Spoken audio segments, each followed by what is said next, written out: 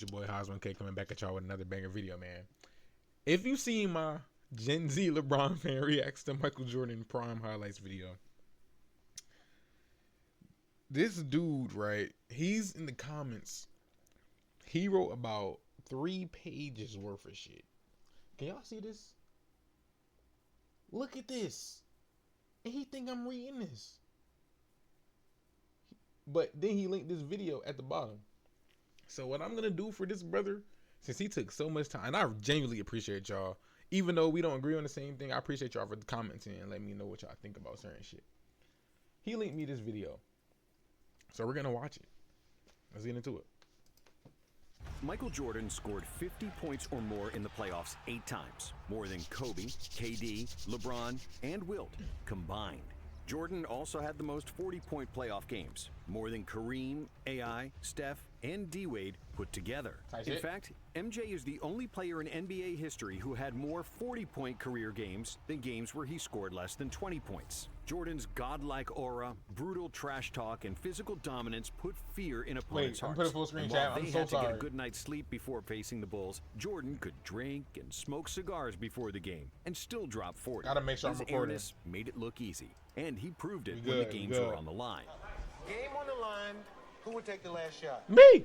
8 times I Jordan remember scored that. the game-winning shot, including 7 game winners in the playoffs. And MJ wasn't just a scorer. He had the most first-team all-defense selections ever with 9. Both He's sides of the all-time ball. blocks leader by a guard, and has the most seasons with over 200 steals, with 6. In 1989, when the Bulls lost their starting point guard, Coach Doug Collins made Jordan play the point, and he notched 10 triple-doubles in 11 Woo! games. I ain't know that. Averaging 30 points, 11 assists, and 9.5 I rebounds didn't. per Well, game. that's not a triple double. Between But 1991 I mean, and it is. 1996, It is. I'm MJ around up. played It is. 13 I ain't consecutive gonna playoff hate. series where he averaged more than 30 points per game, retiring with 6 rings, 5 MVPs, and a 6-0 record in the final.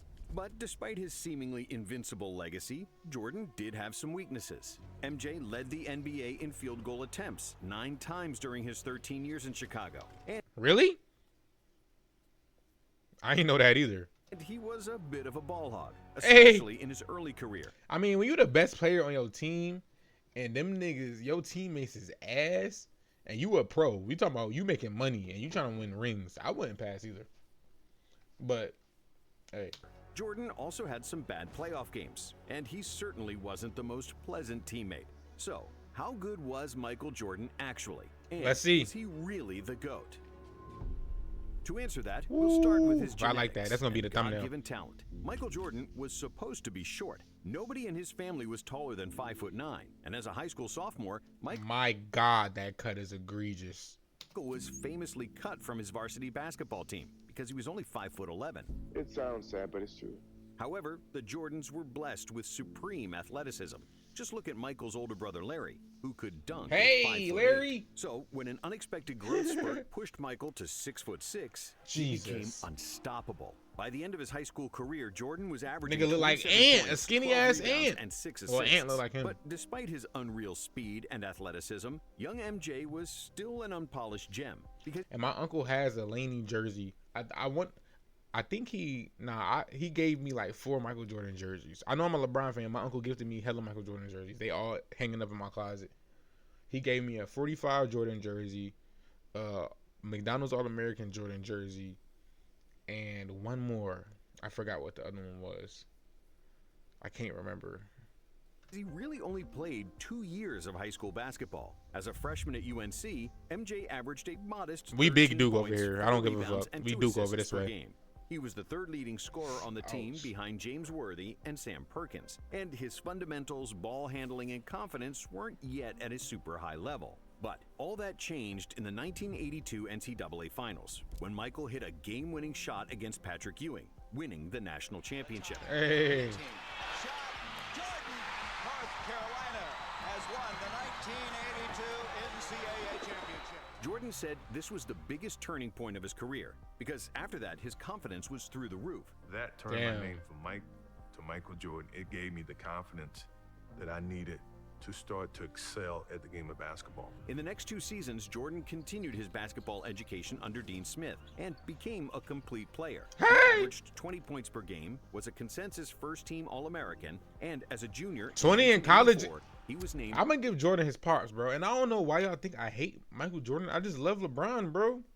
I fuck with LeBron, bro. I don't hate this nigga, and I don't hate UNC. I'm a Duke fan, but I don't hate UNC. Like, but 20 points per game in college, bro, that's not easy. And then we talk about in the 80s. That's tough. Collegiate Player of the Year. But based on his college career alone, it was hard to predict that Jordan would reach the pinnacle of the NBA. After all, many great players who came before Michael had far better college careers, including Kareem, Magic, Bird, Bill Walton, Bill Russell, Oscar Robertson, David Thompson, Pete Maravich, and a few others. Let me take a picture of this. I'm reacting to all of these niggas. Woo. These are some legends right here. All of these niggas got to get reacted to. Because of his relatively modest numbers in college, and because the 80s were the era of the big men, Jordan was selected 3rd in the 1984 NBA draft, behind centers Hakeem Olajuwon and Sam Bowie. Sam Bowie, weak ass. That nigga suck. We wish he were 7-1, but he isn't. However, it took just 2 practices for the Bulls coach to call the general manager and say, "You didn't mess up the draft this time." For the first day in practice, my mentality was whoever's the team leader on that team. Yeah, they show me a going bucket. after him. And I'm not going to do it with my voice because I had no voice. I have to do it with the way that I play. When the season started, it took Jordan only 3 games Hey. to score over 30 and 9 games to eclipse Hey. 40. By the end of the first month, it was obvious Hey. that Jordan was supposed to be the first overall pick. While Olajuwon looked like a star, Jordan was more like a supernova. Look at the drip. Look at the because drip there with the was gold nobody chains. in Hold the on. league faster than him.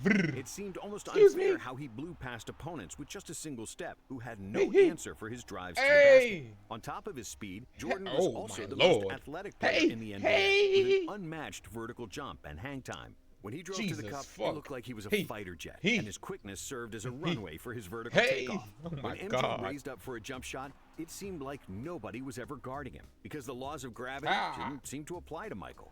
Defenders could Excuse jump me. at the same time, 1, 2, but pull as up. they would inevitably Hey. fall down, Jordan would continue to float in the air and That's shoot called hang time. completely Air Jordan. unbothered. How's the transition been from college to the NBA? Well, I think it's been pretty easy. Thanks to his high-flying feats and insane dunks, Hey, Jordan whoa. quickly became. It's been pretty easy. Thanks to his high-flying feats and insane Get your dunks, ass out my way, nigga.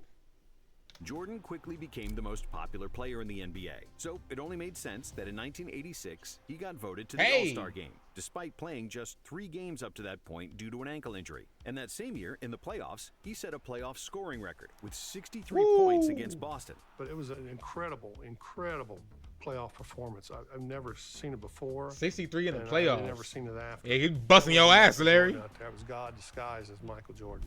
As if MJ wasn't doing enough already, in 1987, MJ led the NBA Hey, in lay scoring that with girl. 37 points per game, which Whoa. was and remains the 5th best scoring Whoa, output ever. nigga. 7 points per game, which was and remains the 5th best scoring output ever. 7 wasn't doing enough already. In 1987, MJ led the NBA in scoring with 37 points per game. And this, wait.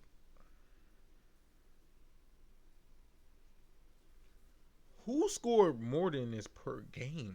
Is this throughout the whole NBA season? Like 37? Who the fuck is averaging 40? The fuck? Which was and remains the 5th best scoring output ever. Who the top behind only 4? Wilt's insane Oh. scoring feats of the early 1960s. I was about to I just say. want the franchise and Chicago Bulls to be respected as a team. It's very hard for something like that to happen, but it's not impossible. Meanwhile, Jordan was miserable. Despite all the fame and individual accolades, he was always losing. In his first 3 seasons, MJ only won 1 playoff game, despite being the best player in the league. Is that so? Michael Jordan old head stands. So 3 seasons he went to the playoffs and lost.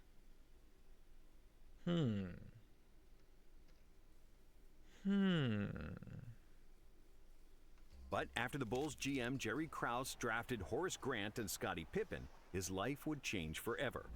So he needed some teammates to help him get in the playoffs because he couldn't do it all by himself.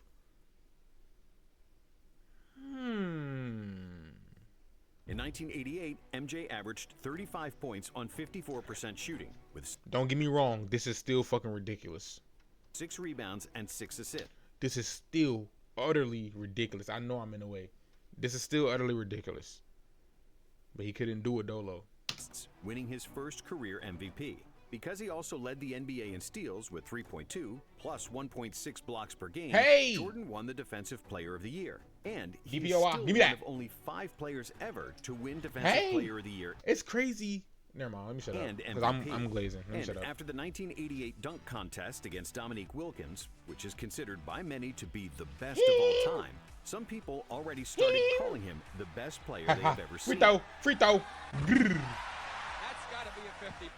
But none of that mattered, because the most important thing to Jordan was... That was back when the dunk contest actually fucking mattered, bro. Nobody gives a fuck about the dunk contest no more. They got G League players going back and forth.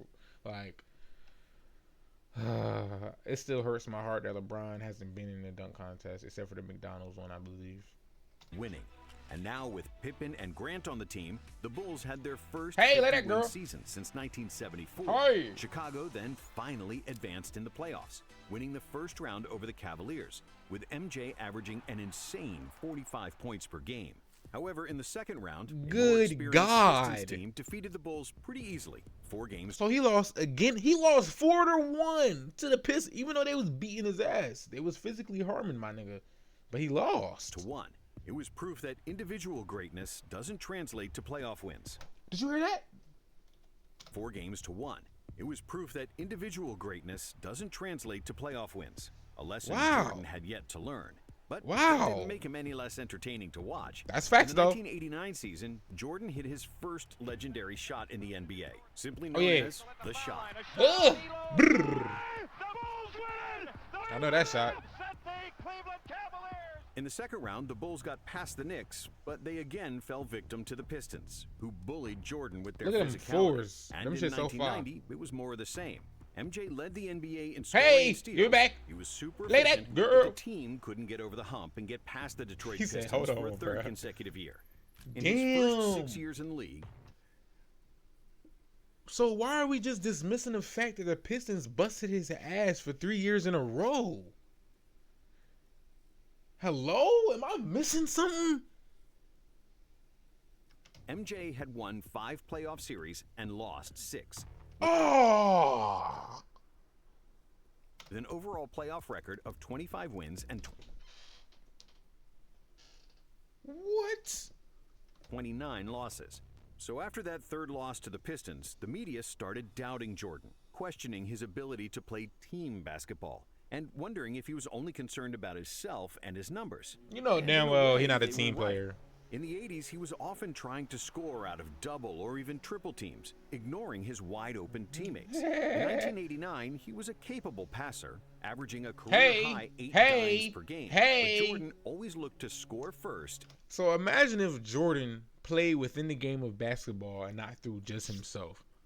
I don't know if his career would have been as great as it was, because he wouldn't be as aggressive as he was with that score first mentality. But if you putting up 8 assists per game and you looking to score first, imagine what you can do when you just playing within the game, letting the game come to you, not trying to hawk up shots on 4 or 5 niggas. But then again, like I said earlier, if your teammates are dog water trash, I wouldn't pass either. So I don't know. Let me know what y'all think about that. And pass second. And he wasn't like Magic, Jokic, or Doncic, who manipulate defenses with their eyes and fake defenders into wrong coverages. Jordan's passing was more reactive. He got rid of the ball only when he saw that somebody was wide open. And since Jordan was like a black hole that sucked all the defensive attention, when he did opt to pass, it was usually for an easy dunk. But despite MJ's ridiculous scoring numbers, the Bulls' offense was always average during the 80s. And they were actually at their best in 1986. Mike missed 80% of the season due to an ankle injury. So you telling me these niggas played better without Mike? And we keep talking about LeBron losing, all this and that. Jordan doesn't make his teammates better. He lost in the playoffs 3 years in a row to the same team, and he needed help to even get to a championship. They had to get 2 more players to get into a chip.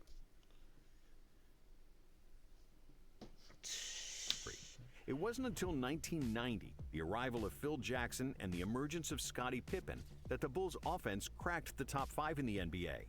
Pippen's passing and pushing the ball in the open court created lots of space for Jordan, Scotty, who could finally trust someone else to make plays for him consistently. Pippen's value was maybe even more pronounced on the defensive end. With an enormous wingspan, agility, and a motor to cover multiple players in one possession, Scottie was just what Michael was missing. Pip's presence allowed Michael to play free. Scottie there to play defense and pass the ball. Jordan in the score. Fuck it. Safety on defense, jump into passing lanes for steals, and he didn't need to waste his energy. Well, they both playing D. It looked like opposing player because Scottie usually did that. And after agonizing defeats against the Pistons, MJ decided to bulk up, which was unprecedented at the time. Players didn't spend much time in the gym, and if you look at all the players in the 80s, they looked lean. But hardly anyone was super muscular. That was very smart. When MJ returned for the 1991 season, he was still super quick, athletic, and lay that girl. I love that layup. Like no one else. Hey. But this time around, he was also much stronger, which allowed him to absorb contact better and bully smaller players with his size. What also helped Michael was the arrival of coaches Phil Jackson and Tex Winter, who instituted the triangle offense, which was based on cutting in open spaces and playmaking out of the post. If executed properly, the triangle was believed to be the most optimal offense to optimize spacing. MJ didn't have to bring up the ball all the time and force his shots, and he was receiving the ball closer to the basket, where he'd bully smaller made it defenders easier for and him. dominate like never before. Even though Jordan was phenomenal from the moment he stepped into the NBA, oh my in God, 1991, he was at his best, and he won his second MVP award. Do you feel like 91 Jordan is better or 96 Jordan? Let me know, chap.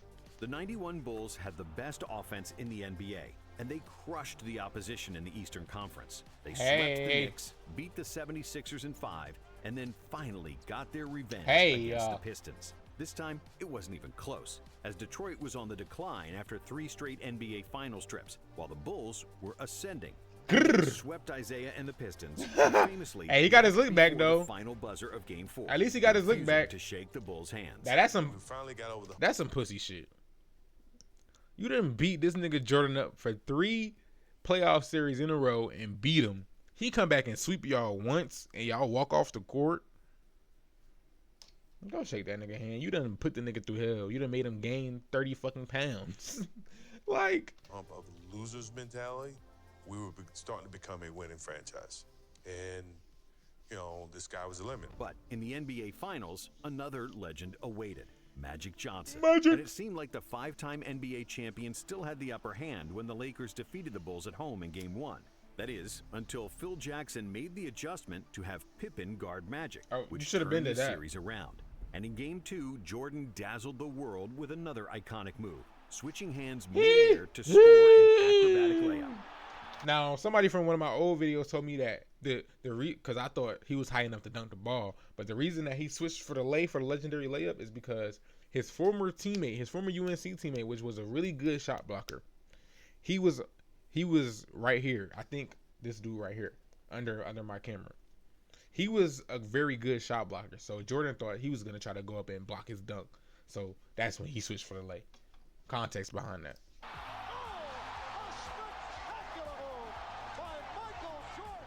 The Bulls won the next 4 games, and at last, the championship. Jordan's hunger for an NBA ring was finally satisfied. Throughout the playoffs, MJ averaged 31 points, 8.5 assists, 6.5 rebounds, 2.5 steals, and 1.5 blocks, shooting a career-high 56% from the field. Overly tough. The most talented player in the NBA by far. And the 1992 season was a continuation of peak form for Jordan and the Bulls. Another scoring title with super efficient shooting, first-team all-defense, and another MVP for his airness. The Bulls once again had the best offense in the NBA and won a franchise record 67 games. Chicago reached the finals against the Trailblazers, and the media pushed the narrative that Clyde Drexler was because Jordan is not a good outside shooter. So MJ responded by nailing 6 threes and 35 points in the first half of Game 1, which is a finals record for both threes and points and a half, in what will forever be remembered as the Shrug Game. And even though Portland tied the series talking all that shit, you think I can't shoot, huh? Just too good. and they won the series in 6, with MJ averaging 36 points in the finals. Nigga, stay averaging 35, boy. And the Dream Team Hey, experience in Barcelona, that 9 jersey so Jordan hard. came into the 93 season with an empty tank. The Bulls weren't as dominant in the regular season. Damn. But even though he was tired, MJ still led the NBA in scoring, which was his 7th scoring title in a row. And he also led the league in steals.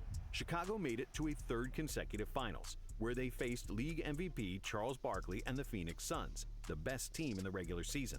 Barkley was also the best player on the Dream Team, and when he won the MVP, many people believed that he could be an even better. I gotta watch some Charles Barkley highlights, bro. Off I gotta watch some Barkley highlights, bro. I have to, bro, because what the fuck is, like, what the fuck?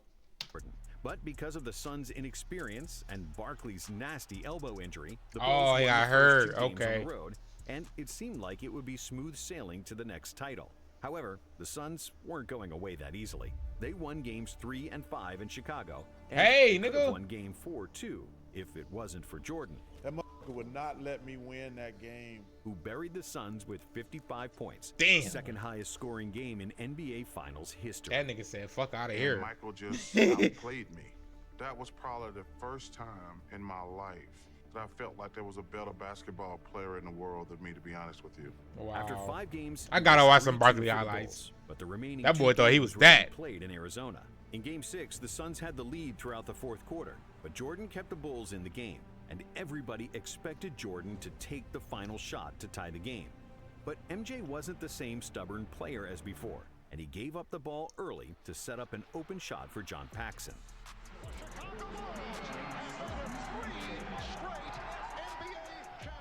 That was it. A 3-peat, and MJ's legacy was set. Jordan finished the RP 94 OG finals Jordan, with man. averages RP Michael of Jordan dad, 31, bro. 8 and 6 on 51% shooting and 40% from 3. And this wasn't even his best playoff series statistically. MJ was on the top of his game, and his basketball IQ, winning mentality, and physical dominance all synced in perfect harmony. Jordan showed his otherworldly ability to beat an opponent Come here, Pat. one-on-one, separate double teams, attack the rim, but also to Hey. find open teammates. If we compare the 1993 Jordan to his early NBA years, the growth was evident. When it was needed, he was pressing full court defensively. When nobody could score, he recognized it and carried the Bulls. And when he got doubled, he gave up the ball without trying to be a hero.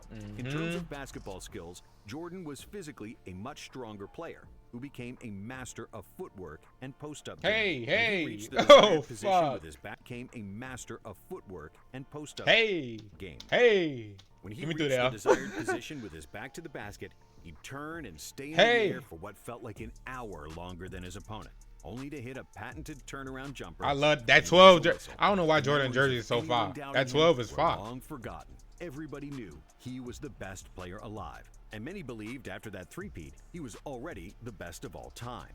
My love for this game is strong. I'm going to be here as long as my love is strong, Jordan told reporters after the finals in a RP OG champagne-soaked Jordan, man. locker room. However, just 1 month later, his father was killed, and Jordan retired from basketball for a year and a half. The love for basketball was put on hold. I had him for 32 years, you know, and he taught me a lot in 32 years. You know how many kids get that opportunity? Very few. You know, in today's society, get the chance to spend that much time with their parents and get that type of influence. 18 months and a stint in minor league baseball later, and the itch for the game became too strong. So Jordan released arguably the most famous 2-word press release of all time. It came in a 2-word statement, which is now just begging to have a Nike campaign built around it. Quote unquote, I'm back. And it didn't take Jordan too much time to show that Pull he up was in the still Rory. the god of basketball. Finna get In buckets. just the 5th game after his return, he poured in 55 points against the Knicks in Jesus. the infamous double nickel game. But overall, MJ struggled with his shot, shooting a career-low 41% from the field. He It was turned rusty. out that playing baseball for a year and a half took a bite out of his Yeah, he was grades. rusty. It's cool. Even the best players need to practice. And in the 2nd round of the playoffs against Orlando, things didn't go according to plan. Even though Oh, Michael man. averaged 31 points on 48% shooting, the Bulls weren't as strong inside. Horace Grant, who used to be their starting power forward, was now playing for Orlando. Man. And together with a young Shaq, the Magic simply outmuscled the Bulls in the paint. Many people will say the Bulls lost in '95 because Jordan wasn't in peak form after his baseball hiatus. And So he lost again in the playoffs? Y'all gonna stop talking shit about Brown, bro. There is some truth to that, but Jordan actually averaged his usual numbers. Really, basketball is just a team sport, and they lost because Orlando was much Better bigger team. and deeper than them. Well, not Thankfully, better. The Bulls I management don't know. knew I that don't think too. they was better. Last week, the Bulls announced the acquisition of a player many people consider the most controversial basketball star in the NBA. They added Dennis Rodman to the team, the Added best another rebounder player. of all time, and one of the fiercest defensive players ever. I don't care. Whatever. What's up? A year before, they also added Steve Kerr, the most accurate three-point shooter ever. And together with a defensive dog, Ron Harper, and Tony Kukoc, who was the most versatile Shout power out forward in Kukoc. the NBA, MJ had the best supporting cast in the league. In the 1996 season, the Bulls were so good that they became only the second team in NBA history to lead the NBA in offensive and defensive rating. And their plus 13.4 net rating. He had a still squad, outstanding. bro. Their 72-10 record was the best of all time, and of course, Jordan won an MVP, averaging 36-4.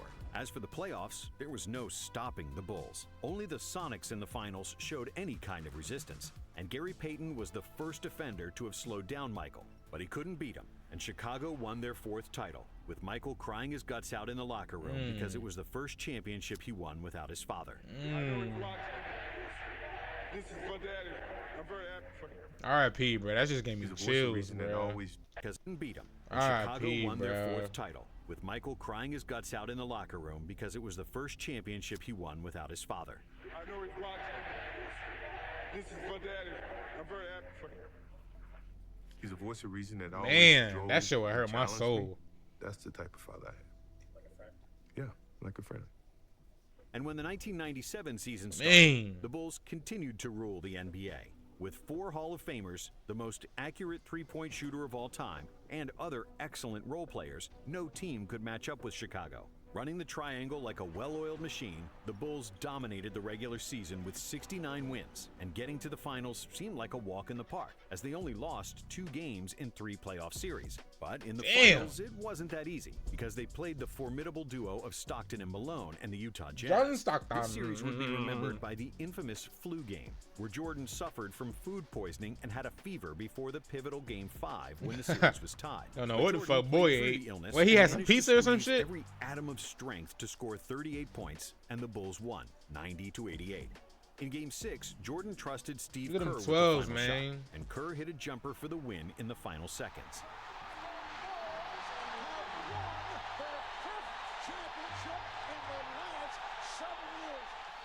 However, when the 1998 season started, the Bulls were running on fumes. Pippen had injury problems and disputes with management, and Rodman was more reckless than ever. But they still had Michael.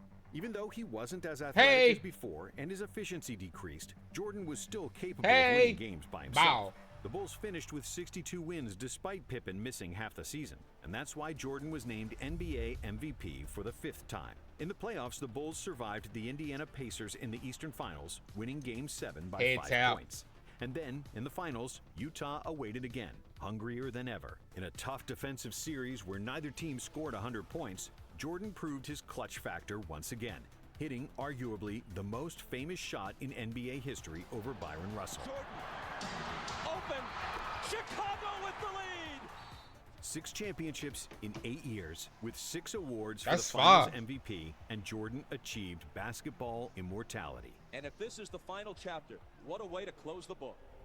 After 1998, Jordan retired for the 2nd time, which was the end of his prime, and we can sum up his career with the Bulls in 3 parts. The first part being between 1984 and 1990, when he was easily the most athletic player in the NBA, a scoring machine beating players with speed and leaving defenders stuck in the mud. But basketball is a team sport, and Jordan didn't have enough quality teammates around him, and those who he did have, he didn't trust. The second part was the first three-peat, when he slowed down a bit and wasn't going 100 miles per hour on every possession. MJ was then physically stronger, he became a master of all facets of the game, improved his shot, and started trusting his teammates.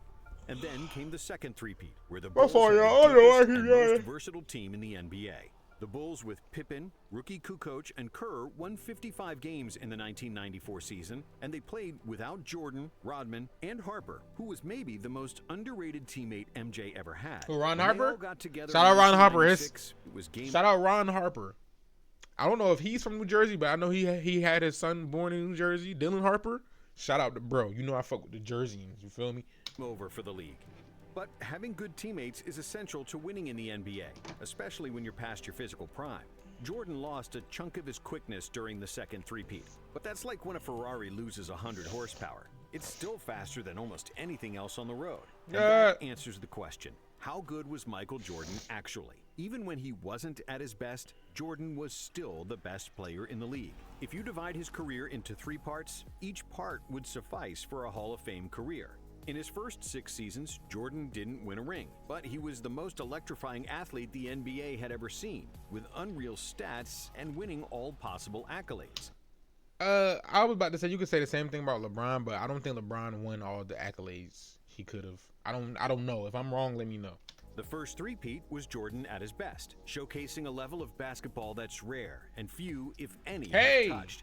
And with his second three-peat, the Bulls won 72, 69, and 62 games in the regular season and capped it off with 3 championship rings, losing just 13 games in 12 playoff series from 1996 to 1998. The only season of his career where Jordan wasn't the best player in the league was probably just his rookie season. Jordan was the best player in the world for over a decade, something that can be said only of 3 other players, Wilt, Kareem, and LeBron. But while Kareem's individual and team accomplishments are similar to MJ's, Jabbar wasn't the best player on his team for 3 of his 6 championships, and he only has 2 finals MVPs compared to Jordan's 6. Wilt's scoring numbers from the 60s were impossible to reach even for Jordan, but he only won 2 titles and was constantly losing to Bill Russell. And finally, there's LeBron, who might be the most complete basketball player ever. And due to his longevity, he is the statistical GOAT. But LeBron only has 4 titles and has lost 6 times in the finals, including the 2011 dud against the Mavs, where he played a catastrophic series. I just reacted to the Jason Kidd video. Miami the championship. And that's something that never happened to Jordan. And because of his decade of dominance, a 6-0 record in the finals. Jordan ain't played bad, but he damn sure got fucked up by the Bulls. I mean the Pistons. 6 finals MVPs and the biggest impact on NBA popularity worldwide. It's hard to say that Jordan wasn't the greatest player to ever touch a basketball. Speaking of Jordan, we've got another video about him and Pippen. GG's. I appreciate Buddy for telling me to react to that video. It was a good video. Please make sure boys like, comment, and subscribe, man. Let me know what y'all want me to react to next. I am doing all suggestions, taking all suggestions. So please subscribe. Please join me on Twitch, YoHows1K. Follow me on Instagram @Hows1K. And I'll see y'all in the next one, bro. Bye-bye.